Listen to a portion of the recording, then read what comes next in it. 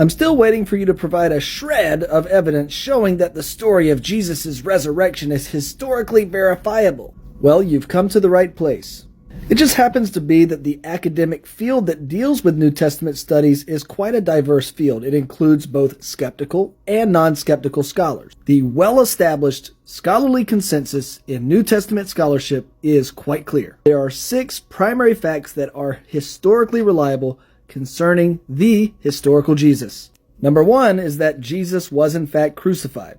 For there to be a resurrection, there first has to be a death. Number 2 is that he was buried in the tomb of Joseph of Arimathea. Number 3 is that the disciples shortly thereafter, suddenly and sincerely came to believe that he had risen from the dead. Number 4 is that Jesus' skeptical brothers, James being one of the primary brothers, reversed their skepticism and also came to believe that Jesus had risen from the dead. Number 5 is that the persecutor of the church, Saul of Tarsus, also radically changed his position concerning the resurrection of Jesus Christ.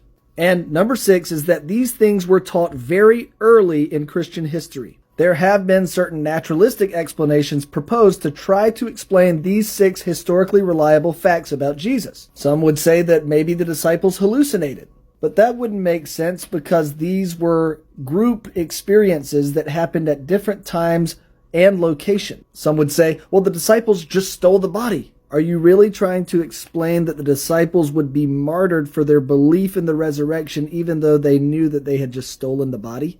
And then finally, some would say, well, they just nursed him back to life. He almost died, but he really didn't. Firstly, this doesn't take into account the fact that the Roman centurions were experts in killing their subjects. Secondly, it also doesn't explain the martyrdoms.